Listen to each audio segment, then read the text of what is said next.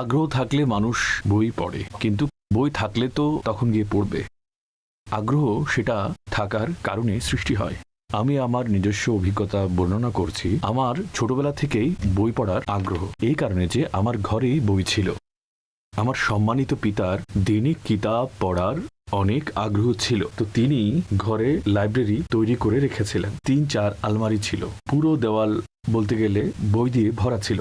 ঘরে তো থাকতেই হবে, তো ঘরে যে জিনিসটা থাকবে মানুষ সেই জিনিসটা গ্রহণ করবে। মোবাইল থাকলে মোবাইল নেবে, যে যার সামনে থাকবে সেটাই সে গ্রহণ করবে। তো যখন সেখানে বই রাখা ছিল, আমি দেখলাম গল্প এবং উপদেশের যেসব বই ছিল, একটা নিলাম, পড়া শুরু করে দিলাম, ভালো লাগলো। তারপর আরো বই পড়লাম, সেখান থেকে আমার আগ্রহ সৃষ্টি হলো। তো এটাও একটা পদ্ধতি, ঘরে কিতাব খুব সুন্দর করে আপনারা রাখুন। নিজের মধ্যে এই আগ্রহ কিভাবে সৃষ্টি করা যাবে, বিভিন্ন উপায় রয়েছে।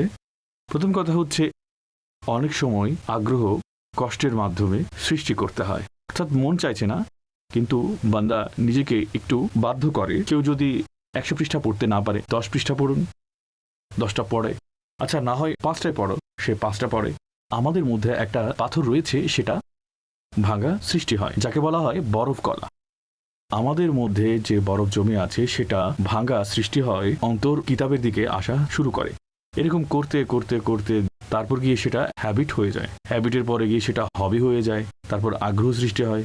আচ্ছা, বাচ্চাদেরকে যদি পড়াতে হয়, বই যেন সহজলভ্য থাকে, নাম্বার 1। নাম্বার 2 হচ্ছে এই, বাচ্চাদেরকে কিতাব পড়ার জন্য একটু আগ্রহ প্রদান করুন। তৃতীয় হচ্ছে এই যে, জিজ্ঞাসা করুন যে বাবা কি পড়েছ আজ, এটা নিয়ে কোনো কথা বলুন। আধা মিনিটের মধ্যে কোনো একটা বিষয় বলো, কিন্তু এখানে হবে যে কি, তার মধ্যে কিছুটা আগ্রহ সৃষ্টি হবে। চতুর্থ নাম্বারে, পড়ার কারণে তাকে কিছুটা অ্যাপ্রিসিয়েট করুন। বাহ, মাশাআল্লাহ, তুমি অনেক ভালো কাজ করেছো, কোনো একটা পুরস্কার দিয়ে দিন। ওই জিনিসটাই যেটা আপনি তাকে এমনিতে দিতেন, তাকে আইসক্রিম খাওয়াবেন, এই নামে তাকে খাইয়ে দিন যে সে বই পড়েছে। আচ্ছা, পড়েছো, ঠিক আছে, আজকে তোমাকে আইসক্রিম খাওয়াবো। তো এইভাবে বিভিন্ন উপায়ে আগ্রহটা সৃষ্টি করতে হয়।